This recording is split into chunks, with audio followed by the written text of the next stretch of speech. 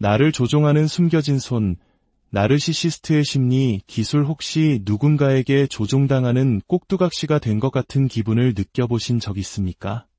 내 의지와는 상관없이 보이지 않는 줄에 이끌려 움직이는 인형처럼 내 감정과 생각, 심지어 행동까지도 통제당하는 듯한 낯선 느낌 말입니다. 마치 예계 존재에게 침략당해 내면 세계가 식민지가 되어버린 것 같은 이질감. 많은 분들이 나르시시스트와의 관계를 겪으며 바로 이런 고통을 호소합니다. 오늘 우리는 한 사람의 생기 넘치는 인간을 자신의 연극 무대 위 소품이자 도구로 전락시키는 나르시시스트들의 심리적 조종 기술에 대해 깊이 파헤쳐 보고자 합니다. 그들은 대부분 무의식적으로 이러한 기술들을 사용하지만 그 파괴력은 상상 이상입니다. 지금부터 그들이 어떻게 당신의 마음에 침투하여 꼭두각시 줄을 매달게 되는지 그 비밀스러운 과정을 하나씩 살펴보겠습니다. 첫 번째 기술은 기대와 실망이라는 도구입니다. 나르시시스트는 끊임없이 자신의 기대를 당신에게 전달합니다. 때로는 큰 소리로 명확하게, 때로는 미묘한 표정이나 몸짓, 혹은 그저 함께 있는 공간의 분위기만으로도 자신의 바람을 각인시킵니다. 그들의 기대는 단순한 바람이 아닙니다. 그것은 당신과 그들 사이에 존재하는 제3의 인격체와도 같아서 당신의 모든 것을 짓누르는 거대한 압력이 됩니다. 만약 당신이 그 기대를 충족시키지 못하면 그들은 가차없이 실망감을 드러냅니다. 그리고 그 실망감은 곧 당신을 향한 심판으로 이어집니다. 내가 나를 실망시켰어. 너는 더 잘할 수 있었는데 우리의 관계가 망가지는 건 다 내 탓이야. 와 같은 말들로 당신에게 죄책감을 심어줍니다.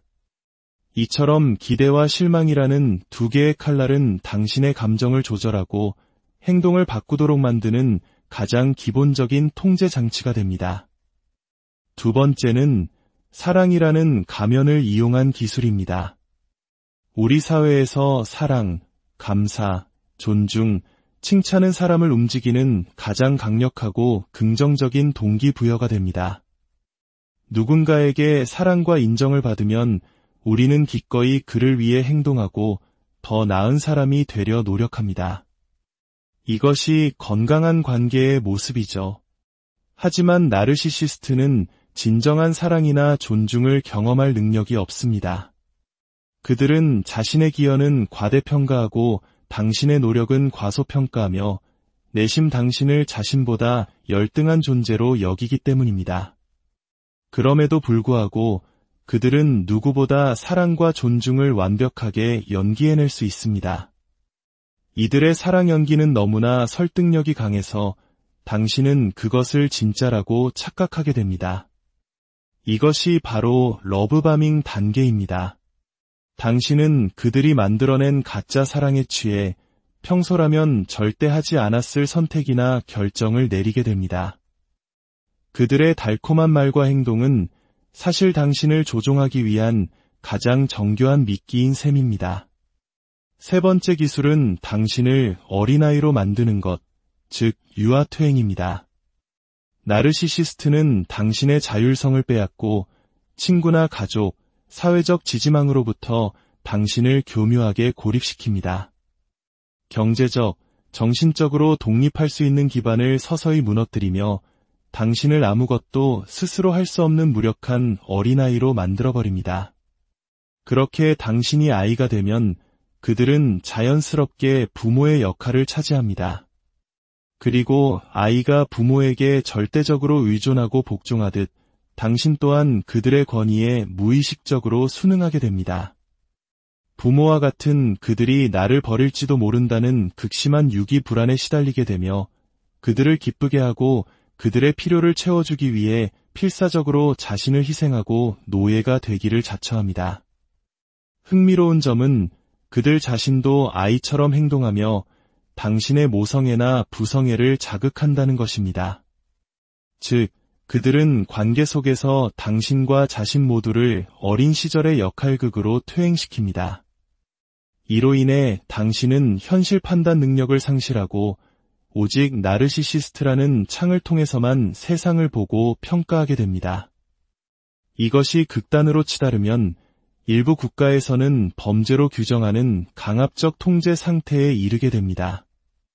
네 번째 무기는 공포와 협박입니다. 이것은 좀 더 노골적인 방식입니다. 위협적인 말과 행동, 협박, 심지어는 당신의 약점을 이용한 블랙메일도 서슴지 않습니다. 그들은 당신 주변의 공포의 분위기를 조성하여 당신이 얼어붙거나 도망치거나 혹은 굴복하게 만듭니다. 구소련의 독재자 스탈린은 악성 나르시시스트의 대표적인 예로 꼽힙니다. 그가 뇌졸중으로 쓰러졌을 때 그의 주변에는 수많은 사람들이 있었지만 아무도 감히 그에게 다가가지 못했습니다. 혹시라도 그의 심기를 건드려 목숨을 잃을까 두려웠기 때문입니다. 결국 그는 3일 동안 고통스럽게 죽어가면서도 누구의 도움도 받지 못했습니다. 이 일화는 공포를 이용한 통제 방식이 얼마나 자기 파괴적인 결과를 낳는지 극명하게 보여줍니다. 나르시시스트는 공포를 이용해 당신의 행동을 통제하려 하지만 결국 당신의 영혼을 파괴하여 쓸모없는 존재로 만들어버릴 뿐입니다. 다섯 번째는 불안감 조성과 통제입니다. 인간은 불안감을 견디기 힘들어하며 그것을 해소하기 위해 많은 에너지를 쏟습니다. 나르시시스트는 바로 이 점을 이용합니다. 그들은 예측 불가능한 행동, 예를 들어 뜨겁게 사랑을 속삭이다가도 갑자기 차갑게 돌변하는 간헐적 강화와 같은 방식으로 당신 안에 인위적인 불안감을 심어넣습니다. 그렇게 당신을 만성적인 불안에 시달리는 사람으로 만든 뒤 그들은 당신에게 유일한 안정제인 것처럼 행동합니다. 불안의 원천이 바로 그들이기 때문에 그 불안을 잠재울 수 있는 유일한 존재도 그들이라고 믿게 만드는 것입니다. 당신은 그가 유발하는 지독한 불안을 느끼지 않기 위해 그에게 더욱 의존하게 됩니다. 마치 그들은 당신 안에 불안이라는 병을 만들고 스스로가 그 유일한 치료제인 것처럼 행세하는 의사와도 같습니다. 여섯 번째는 죄책감과 수치심 심기입니다. 나르시시스트는 절대 자신의 잘못을 인정하지 않습니다. 실패나 잘못된 결과가 발생하면 그 원인을 무조건 외부, 즉 당신에게서 찾습니다. 이 모든 건 내 탓이야. 내가 나를 자극해서 이렇게 행동하게 만든 거야. 내 잘못된 판단이 이 상황을 만들었어. 그들은 이렇게 모든 책임을 당신에게 전가하며 당신이 스스로에게 죄책감과 수치심을 느끼도록 만듭니다. 일단 당신이 그들의 논리를 받아들이고 죄책감을 내면화하면 그들은 그것을 무기 삼아 당신을 감정적으로 착취하기 시작합니다. 내가 망친 것을 만회할 기회를 줄게. 나에게 속죄하고 싶다면 내가 시키는 대로 해. 이런 식으로 당신의 죄책감을 이용하여 복종과 헌신을 요구합니다.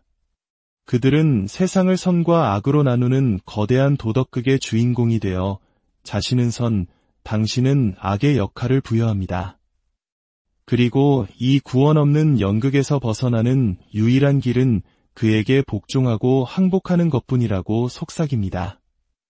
일곱 번째는 시기심과 편집증의 활용입니다. 나르시시스트의 내면에는 거대한 모순이 존재합니다.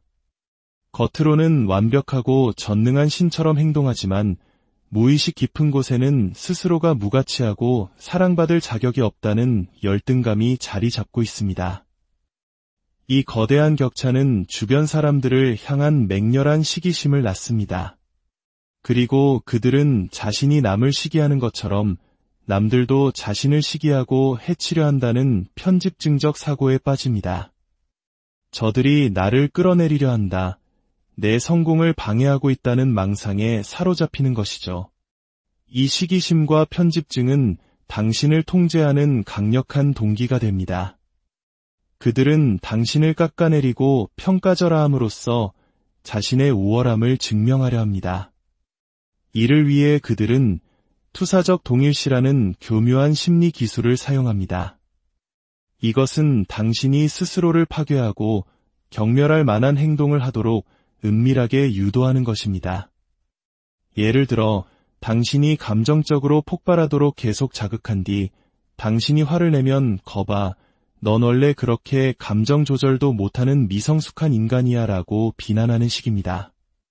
결국 당신은 그들이 원하는 부정적인 모습으로 변해가고 그들은 이를 근거로 당신을 더욱 쉽게 폄하하고 통제하게 됩니다. 마지막으로 그들은 공유된 환상이라는 거대한 성을 짓습니다. 나르시시스트는 자신의 과대하고 비현실적인 자아상을 뒷받침하는 환상적인 이야기를 만들어냅니다. 예를 들어 세상에 맞서는 우리 둘만의 낭만적인 이야기라거나 모두가 우리를 적대시하지만 우리는 서로를 지켜야 한다는 식의 편집증적 서사일 수도 있습니다. 그들은 앞서 말한 모든 기술을 동원하여 당신을 이 환상 속으로 끌어들입니다. 그리고 당신이 그들의 중독적인 매력에 빠져 헤어나올 수 없게 되었을 때 선택지를 제시합니다. 나와 함께하려면 이 환상을 너의 현실로 받아들여야 해. 그렇지 않으면 떠날 거야. 버려지는 것에 대한 극도의 공포를 느끼는 당신은 기꺼이 그 환상 속으로 걸어 들어가 배역을 맡게 됩니다.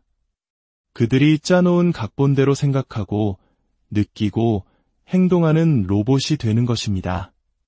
바로 이 공유된 환상에 갇히는 순간 당신은 스스로가 꼭두각시임을 가장 절실하게 느끼게 됩니다. 그리고 객관적으로 당신은 정말로 그들의 꼭두각시가 된 것입니다.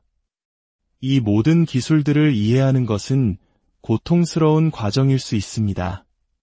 하지만 내가 왜 그렇게 무력하고 혼란스러웠는지, 왜 나 자신을 잃어버린 것 같았는지를 깨닫는 것은 매우 중요합니다. 나르시시스트가 드리운 거대한 그림자와 그들이 교묘하게 매달아 놓은 보이지 않는 줄을 인지하는 것. 그것이 바로 당신의 삶이라는 무대의 진정한 주인이 되는 첫걸음.